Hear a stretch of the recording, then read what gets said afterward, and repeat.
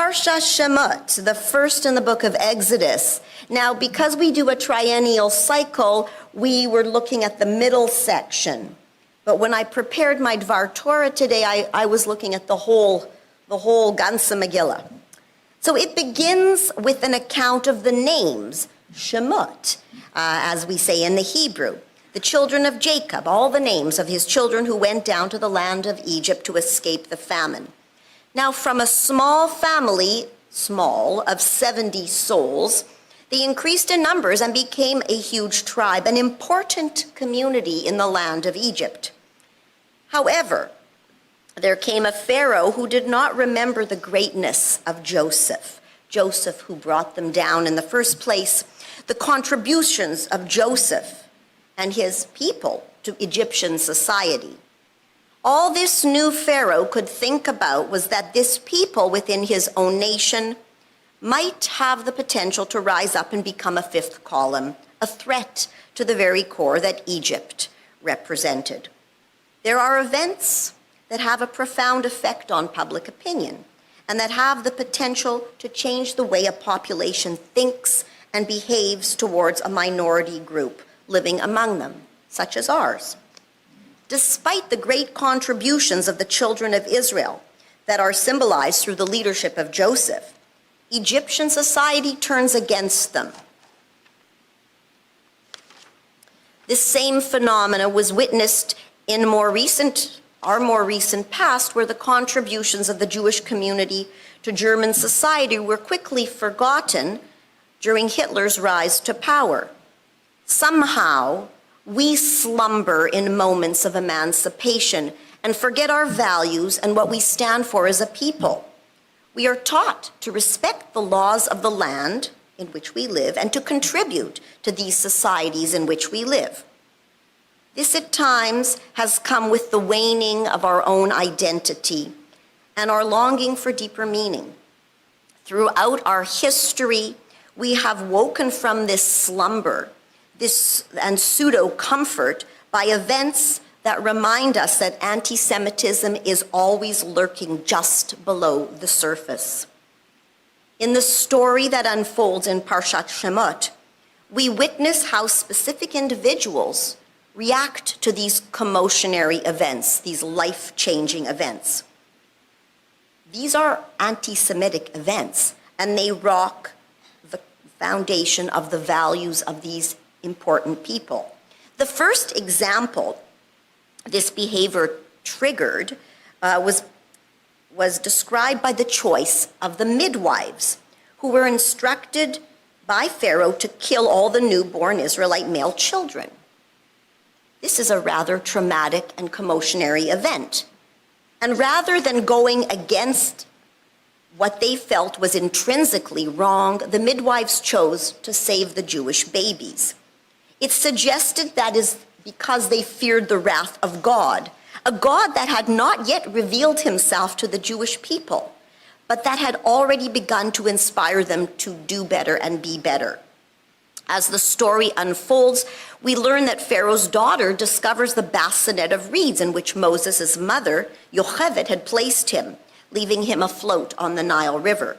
When she discovers him, she too finds herself at a crossroads, where she rises to the occasion and chooses to save the child. This moment in her life forever changes her destiny, as well as the destiny of the Jewish people. And for Moses, he goes on to do great things, even before God himself has chosen him to be a leader. As a young man, Moses, who lives a comfortable life in the palace, is faced with a scene where a taskmaster is beating a Hebrew slave. Moses rises up and slays the taskmaster, putting himself at risk, but making the decision to do what's right, taking him totally out of his comfort zone. And the following day, when he seeks to separate two Hebrew slaves who are fighting, his actions are questioned, and his leadership is scorned by the people he is trying to assist. They question him, asking, "Who do you think you are?" and suggest that his action of slaying the taskmaster the day before was already public knowledge. As the Parsha unfolds, Moses realizes that his life will never be the same because of these actions. And he deepens his understanding of the suffering of his people. He tries running away to the land of Midian, where he's welcomed by the Midianite priest Yitro, marries his daughter.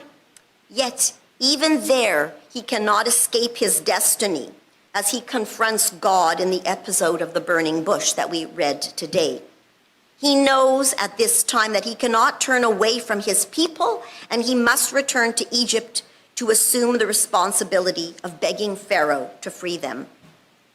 This story is similar to the story of Queen Esther, who's confronted with a terrible choice where she must risk her life to speak to King Ahasuerus and beg for the salvation of her people.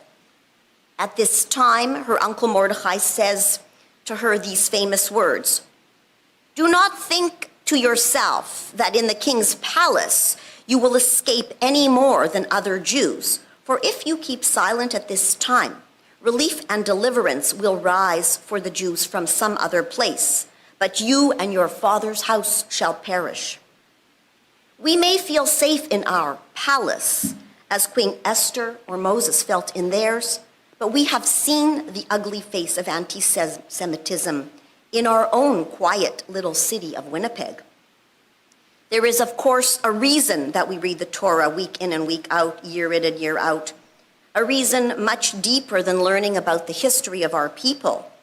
Today's Parsha holds a deep and relevant message for our time. We too experienced a commotionary event on October 7th that cannot leave us unchanged. It begs us to question our own identity and how we relate as individuals and as Jews to the world around us. What we witnessed has left us forever changed. But how will we change our actions? How will we, each and every one of us, rise to the occasion to connect to our community and to our own values?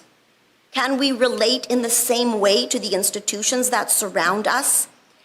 And will we stand up for ourselves and for our homeland, or will we hide until the storm of anti-Semitism tears our world apart?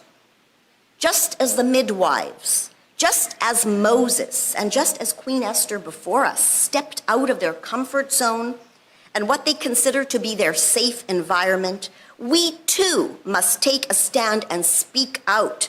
Because if we don't, help will come from somewhere else, and we may be left behind. I leave you with these thoughts to ponder, and I wish you a happy and healthy and peaceful 2024. But most importantly, I wish for all of us to be at peace with ourselves and with one another.